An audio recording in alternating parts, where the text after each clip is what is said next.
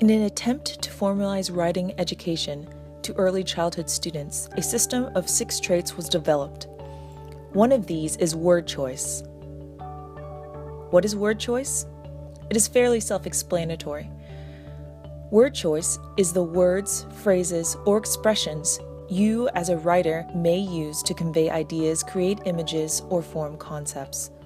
It is the selection of words to bring out a writer's voice. It is choosing words to reach a specific audience. Word choice is important because it provides the reader with clarity and understanding in relationship to your message. It gives them relevant details to your story and provides imagery, transitioning your words from functional to memorable. In the standardized writing process, word choice falls under the drafting and revising phase. Methods to teach word choice. Method 1.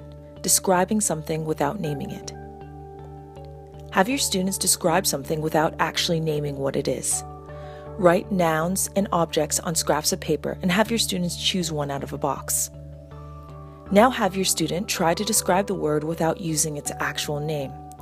For example, if a child received the word blue, an example phrase or sentence would be, "It is a color like the ocean deep or the open sky."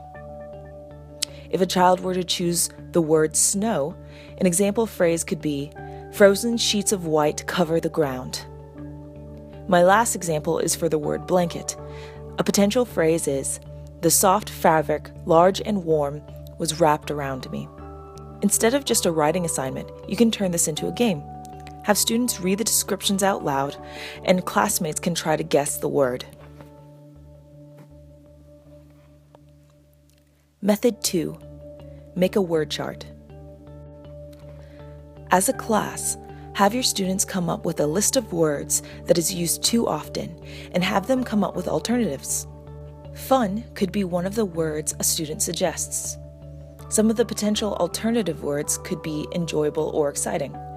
If the word is nice, some alternative words could be friendly or charming. Alternative words for bad could be worse or terrible. Alternatives for great could be amazing or vast. Encourage your students to use these alternative words in their future writings. You can make this chart as a permanent fixture in your classroom and add on to it as the school year progresses. Method 3. Passage revision. Give your students a simple passage and have them revise the verbs and adjectives to achieve a certain voice. The simple phrase I have here is, "I walked down the hill, it was so wet I fell." The potential revised version a student could come up with could be this: "I scrambled down the bumpy hill. It was so slippery I crashed to the ground." Have your students indicate the words or phrases they substituted in. In this case, instead of walks, I said scrambled. I added the adjective bumpy to the noun hill. Instead of wet, I said slippery. And instead of fell, I added more drama and wrote in the phrase crashed to the ground. This method can also be used when students revise their own writing. Testing for word choice.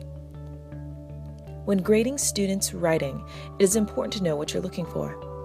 One of the important things about grading for word choice is to make sure a student establishes an audience and a purpose of writing. This could be many different things, from technical to poetic, from formal to casual. Make sure they are writing and speaking to one of these things, that they maintain the same audience or purpose throughout the entirety of their writing. Also, be sure to ask yourself these 4 very important questions as you read through their work. Is the message of the work clear? Do the words paint a picture in your head and effective imagery is used? Are there uses of strong verbs and nouns?